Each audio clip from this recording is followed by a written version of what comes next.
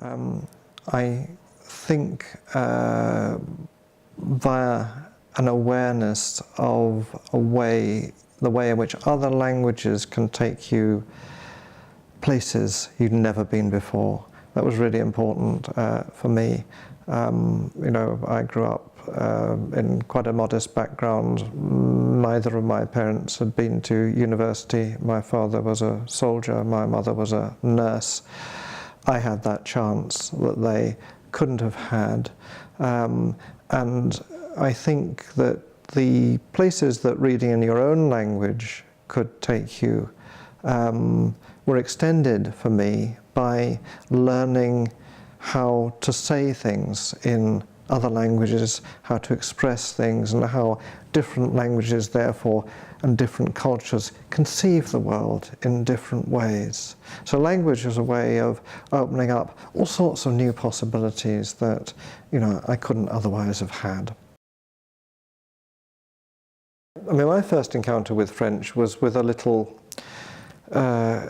school course, and it was actually a primary school course, which, you know, in 1970 was pretty unusual. It was called En Avant. I remember that, and it, you know, you had those old-fashioned tape recorders, reel-to-reel tape recorder, and we played little bits of this, and we had a, you know, there's always a teacher, isn't there? And there was a teacher from Sark, and so, you know, he could speak French, and that kind of, that's the first thing that got me going. And then I was really lucky because I went to a local school, Bicester School, and the head of languages there was the co-author of the Longman Audiovisual French course, which was the universal or very widely used French course in the UK at that time. So, yeah, again, it's a brilliant teacher. But I also think living in France for a year and living in Burgundy, in a sense, switched the point on my interest. I've been very much a Germanist really before then, but I think it was actually really living in the culture and getting to know the culture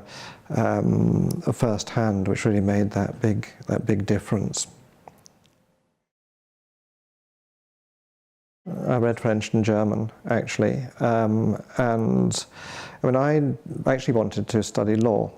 And my school said, no, don't apply for law, study languages. It was very good advice, I've got no doubt, because you know, law is a very, very popular degree, not that languages was or should be less popular.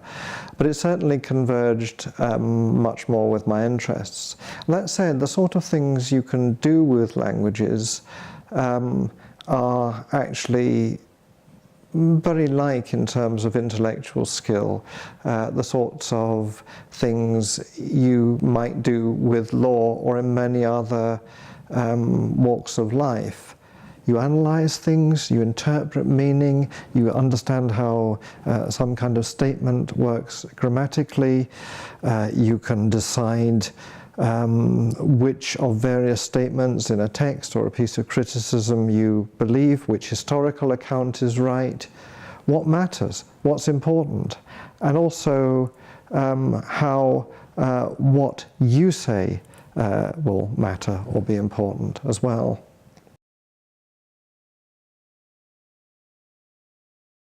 I think it's essential. Actually, I think it's really essential, and I think particularly because we live in a global world, that global world is populated by millions, billions indeed, of non-native speakers of English who can speak English very, very well.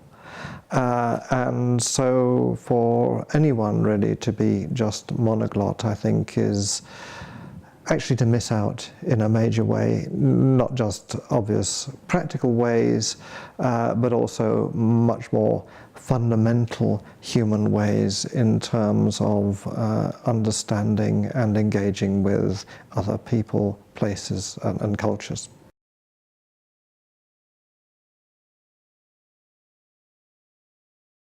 I really think it is, because I think that unless you have a good understanding of the culture, you can't really understand the language, really, and vice versa, because all languages and cultures have cultural commonplaces which we relate to and which help us to understand the world and understand our own and other mindsets.